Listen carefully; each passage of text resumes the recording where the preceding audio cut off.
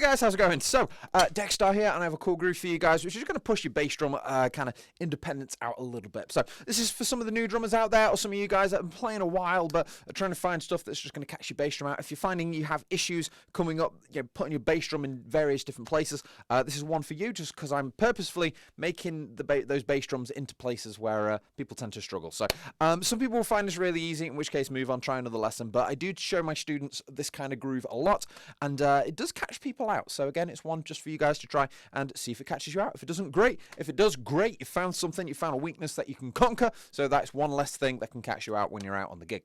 So we're going to do this.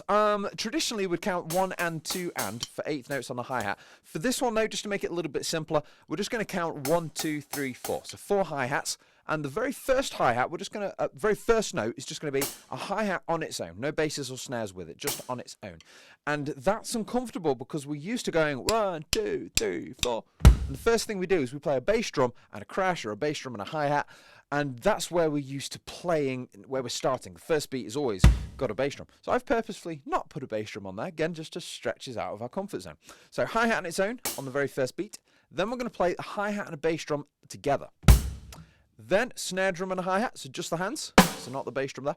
And then the very last note is a hi-hat and a bass drum together.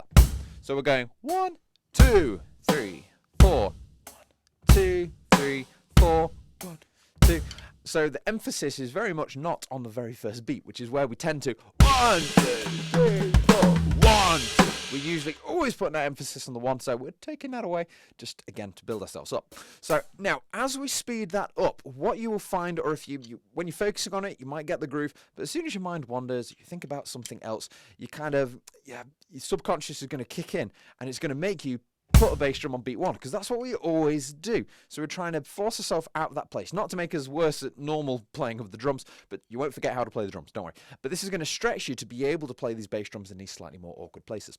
So again, 1, 2, 3, 4, 1, 2, 3, 4, and if you've got it, try and repeat it, keep it going. And if you think, yeah, I've got that, Dex, that's easy. Right, try and do a fill, but then come back into that groove and not play a bass drum on the 1, okay? Because the first thing you'll do is 1, 2, 3, 4, 1, and the bass drum will come out on the first beat. So try not to do that. 1, 2, 3, 4. So when you're ready, go for a fill. And then try and get back into that groove. And everything inside you will scream out to put a bass drum on the 1.